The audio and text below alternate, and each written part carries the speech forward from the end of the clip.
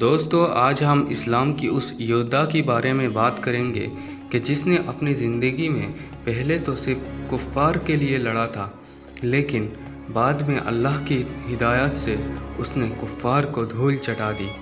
دوستو اس یودھا کا نام ہے حضرت خالد بن ولید، جن کو دی سورڈ آف اللہ کہا جاتا ہے۔ تو دوستو آج ہم اس ویڈیو میں خالد بن ولید کی زندگی کے بارے میں بات کریں گے۔ ویڈیو میں آگے بڑھنے سے پہلے آپ سے ایک گزارش ہے، اگر آپ کو ہماری یہ ویڈیو پسند آئے تو ویڈیو کو لائک کرنے کے ساتھ ساتھ اگر آپ اس چینل پہ نئے آئے ہیں تو چینل کو بھی سبسکرائب کر دیجئے گا۔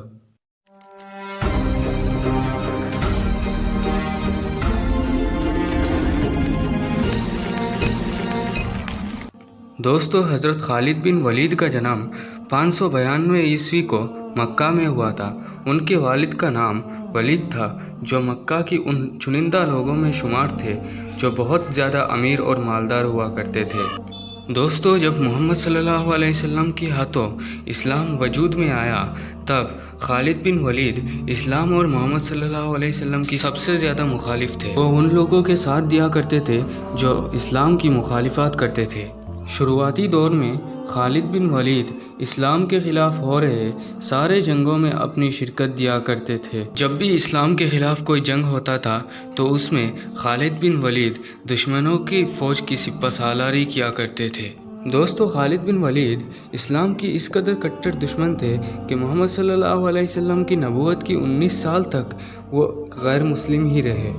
لیکن دوستو جنگ احد وہ جنگ تھی کہ جس کے بعد سے حضرت خالد بن ولید کو ہدایت ملنی شروع ہو گئی تھی۔ دراصل دوستو جب جنگ احد کی اعلان ہوئی تب حضور صلی اللہ علیہ وسلم نے کچھ سپاہیوں کو احد کی اس پہاڑی پر یہ کہہ کر تعینات کر دیا تھا کہ جنگ کا نتیجہ کچھ بھی نکلے لیکن تم لوگوں کو یہ جگہ چھوڑنی نہیں ہے۔ اس کی وجہ یہ تھی کہ وہ پہاڑی ایک ایسی جگہ پہ موجود تھی کہ مکہ کی دشمن فوج اگر چاہتی تو اس پہاڑی کے راستے سے پیچھے سے آ کر اسلامی فوج کے اوپر حملہ کر سکتی تھی۔ بہت خطرناک جنگ ہوئی اور مسلم فوج تعداد میں کم ہونے کے باوجود بھی اس جنگ کو جیت لیے تھے، لیکن خدا کو کچھ اور ہی منظور تھا۔ دوستو جب جنگ ختم ہوا تب سپاہی مال غنیمت اکٹھا کرنے لگ گئے۔ یہ دیکھ کر اس پہاڑی پہ تعینات سپاہیوں کو یہ لگنے لگا کہ اب تو ہم جنگ جیت چکے ہیں، تو وہ لوگ بھی مال غنیمت جمع کرنے آ گئے۔ لیکن اسی وقت خالد بن ولید نے اپنی مہارت سے پیچھے کے راستے سے آ کر مسلمانوں کی فوج کے اوپر ایک زبردست حملہ کیا اور مسلمان جو جنگ جیت گئے تھے وہ ہار میں بدل گیا۔ دوستو اس جنگ کے بعد سے خالد بن ولید اکثر پریشان رہنے لگے۔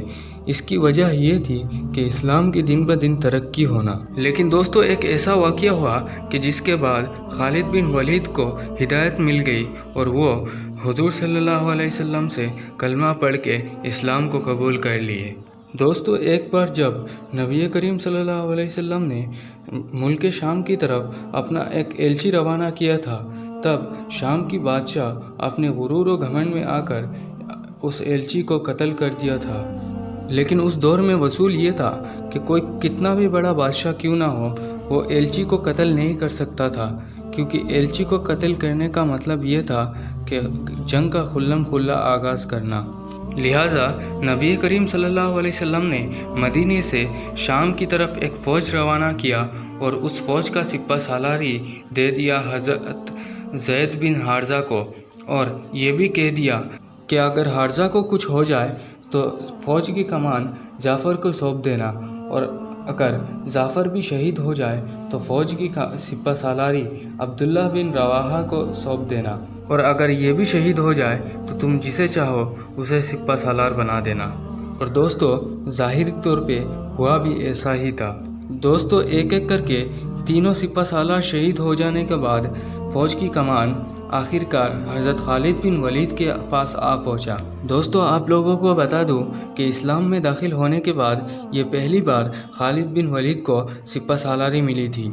دوستو خالد بن ولید کے ہاتھ پہ اسلامی فوج کی جھنڈے کو دیکھ کے شام کی عیسائی فوج کی تو آدھی ہمت وہیں پہ ٹوٹ گئی تھی، کیونکہ مکہ کے باہر دور دور تک یہ خبر ہوا کی طرح پھیلا ہوا تھا کہ مکہ کے اندر خالد بن ولید نام کے ایک ایسا جنگجو موجود ہے کہ جو اپنے سامنے کسی کو بھی ٹکنے نہیں دیتا۔ دوستو، خالد بن ولید نے اپنی جنگی مہارتوں سے بہت خطرناک جنگ لڑی اور ان کی ہاتھوں سے 9 تلواریں ٹوٹ گئی۔ اسی بات سے ان کی بہادری کی اندازہ لگایا جا سکتا ہے۔ لہٰذا مسلمانوں کی فوج کو ایک بہت بڑی فتح حاصل ہوئی اور خالد بن ولید کو بہت زیادہ تعریف ملی۔ دوستو، اس جنگ کو بعد میں جنگ موتا کا نام دیا گیا۔ اس جنگ کے بعد نبی کریم صلی اللہ علیہ وسلم نے حضرت خالد بن ولید کو وہ نام دیا جس سے وہ آج بھی مشہور ہے۔ وہ نام تھا سیف اللہ، یعنی دی سوارڈ آف اللہ، یعنی اللہ کا تلوار۔ دوستو، حضرت خالد بن ولید جس جنگ سے مشہور ہوئے تھے وہ جنگ تھا جنگ یمامہ۔ جب حضور اکرم صلی اللہ علیہ وسلم اس دنیا سے وفات پا گئے تب مسیلمہ کذاب نام کا ایک شخص اپنے آپ کو نبی ہونے کا دعویٰ کرنے لگا، جو ایک رومی تھا۔ تو اس کے خلاف جنگ لڑنے کے لیے حضرت خالد بن ولید نے 60,000 کی فوج کے سامنے صرف 60 صحابہ کو لے کے جنگ لڑے اور رومی فوجوں کے اوپر قہر بن کر ٹوٹے، اور آخرکار رومی فوجوں کو اس میدان سے اپنی جان بچا کے بھاگنا پڑا اور مسلمانوں نے وہ جنگ جیت لی تھی۔ دوستو، جنگ یمامہ کے بارے میں اگر ہم اس ویڈیو میں ڈیٹیل میں بات کریں تو یہ ویڈیو بہت لمبا ہو جائے گا، اسی لیے ہم اس کے بارے میں الگ سے ایک ویڈیو بنائیں گے اور اس میں بات کریں گے۔ تو دوستو، حضرت خالد بن ولید اسلام کی وہ بہادر ہیرو تھے کہ جنہوں نے اپنی زندگی میں تقریباً 200 جنگیں لڑی لیکن ایک بھی جنگ نہیں ہاری۔ وہ جو کچھ جنگیں وہ کفاروں کے لیے لڑے ان میں بھی انہیں فتح حاصل ہوئی تھی۔ حضرت خالد بن ولید وہ بہادر تھے کہ جن کے بدن میں ایسا کوئی حصہ موجود نہیں تھا کہ جس میں انہیں تلوار کی زخم نہ ملی ہو۔ دوستو، حضرت خالد بن ولید جب اپنے زندگی کے آخری وقت پہ آ چکے تھے تب وہ ایک دن بستر پہ لیٹ کے زاروں قطار رو رہے تھے۔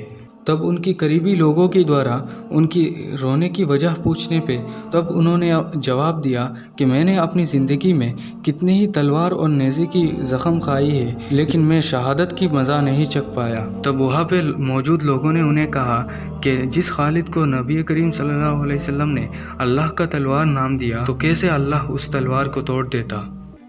تو دوستو، آج کی ہماری اس ویڈیو کو ہم یہیں پہ ختم کرتے ہیں۔ ملیں گے اگلی بار پھر کسی نئے ویڈیو کے ساتھ۔ تب تک کے لیے اپنا خیال رکھیے اور دیکھتے رہیے ہماری اس چینل کو۔